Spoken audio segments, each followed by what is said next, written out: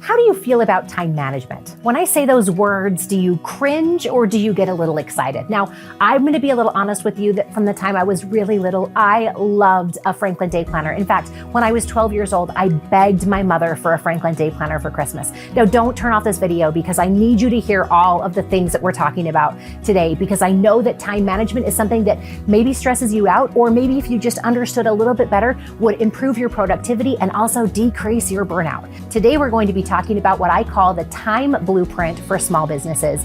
And I'm going to give you specific categories to invest your time so that you can feel like you're being effective all day long. I have people who tell me, hey, Michelle, I spent all day on Facebook and that's what I'm doing for marketing. And then I have to ask the question, well, are you getting a return on that? Do you have customers who are coming in? Or people who will say, hey, Michelle, I went to this fantastic training and all I'm doing is reading and I'm just learning so much.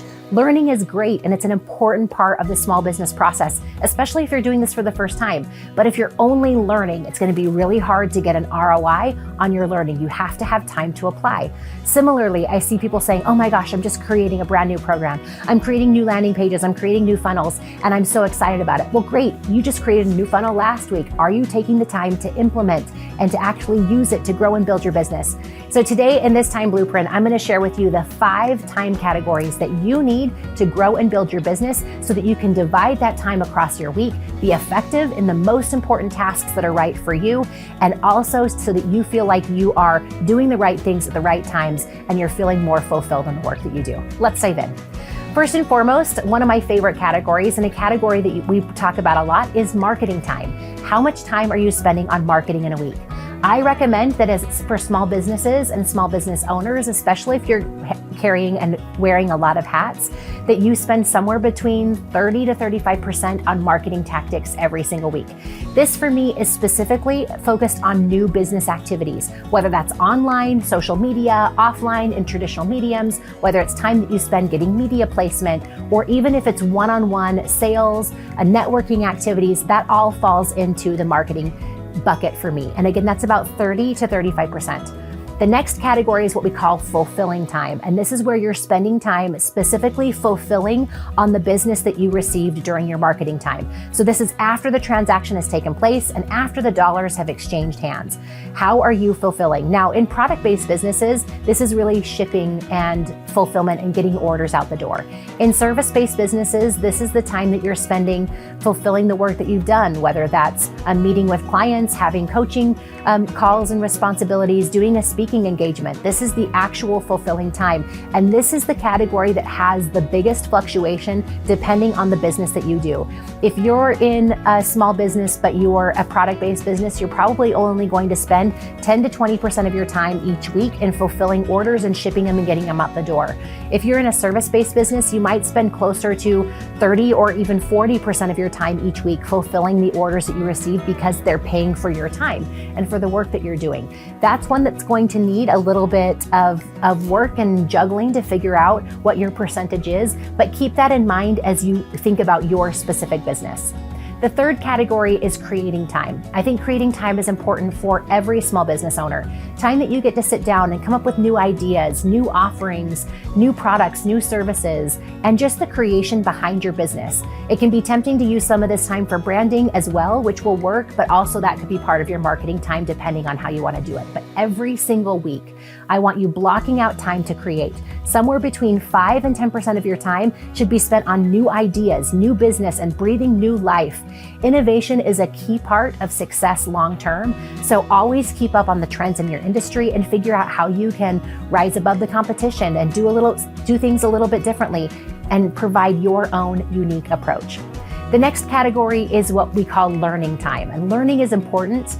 And learning is something that every small business owner can spend time doing. And sometimes I see small business owners spending too much time here. They get excited and they want to go to all the live events. They want to learn all of the things. They take all of the courses online and they're spending so much time each week that they're not spending time in the other categories that need their most attention.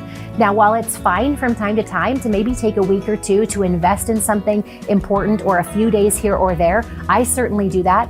But on a given average week, I'm spending somewhere between 5 and 10% of my time on learning activities, whether that's reading a book, listening to podcasts, watching trainings online, whatever it is that I feel like I need. And I start each week by saying, hey, Michelle, what do you need to learn about? Sometimes it's social media trends. Sometimes it's new trends in marketing. Sometimes it's just personal development or even mindset work. I love spending time in those places, and I figure out what I need the most. And that's where I invest my time that week, in focusing on intentional learning that gets me to where I need to go next. The last category is what I call managing and admin time. Now, we've used a lot of ranges specifically here, where we've talked about 30 to 35% or 20 to 25%. So there might be a little bit different numbers as you get down to this last area, but managing is somewhere between 10 and 20% of your time. If you're just getting started, you're doing most of the work and you're not managing other people. As you're growing and hiring and bringing in new people, then this managing time is the time that you spend delegating tasks, making sure that they're trained and that they're ready to grow and thrive. As you think about different aspects of your business and you look at your own percentages, now it's super easy to do your weekly time management planning. You know exactly how much time you're spending in marketing, and you can divide that between your 20 or 30 or 40-hour work week, and you can make time blocks on your calendar to get those specific tasks done. You could do the same thing for fulfilling or creating or even learning and managing. I know exactly the times that I'm going to spend with my team, the times I'm going to spend innovating, and the times I'm going to spend investing in my brain and in my future.